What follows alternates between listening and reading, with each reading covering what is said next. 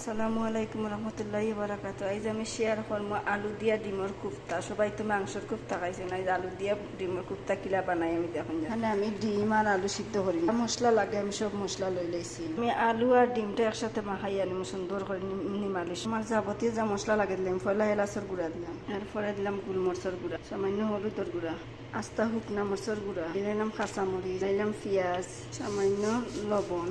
ডিমটা দিলে ভালো হইব, সফ হইব বলা বাং, সামান্য লেবুর রস, পরিমাণ মতো তেল, সবগুলি একসাথে মাখাই আনি মাছ দিয়ে সুন্দর করে। মাখানি শেষ হন আমি ময়দা দিলাম। খেয়ে গেছে বেসন, তাহলে বেসন দেন যেন, আমার কাছে ময়দা এক চামচের মতো। আমি হাতের কাটা তেল লাগাইয়া গোল গোল করে বানাইলাম।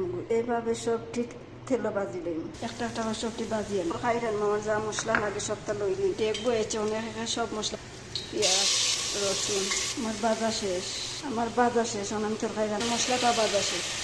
আমার মতো জল দিলাইলাম। আলু ডিম কুফতা হয়ে গেছে, এটা খাইতে খুব মজা। এখন আমি যে বাকি মশলা ডাল দিচ্ছি, মশলার মাঝে আলুর কুফতাটা দিলাম।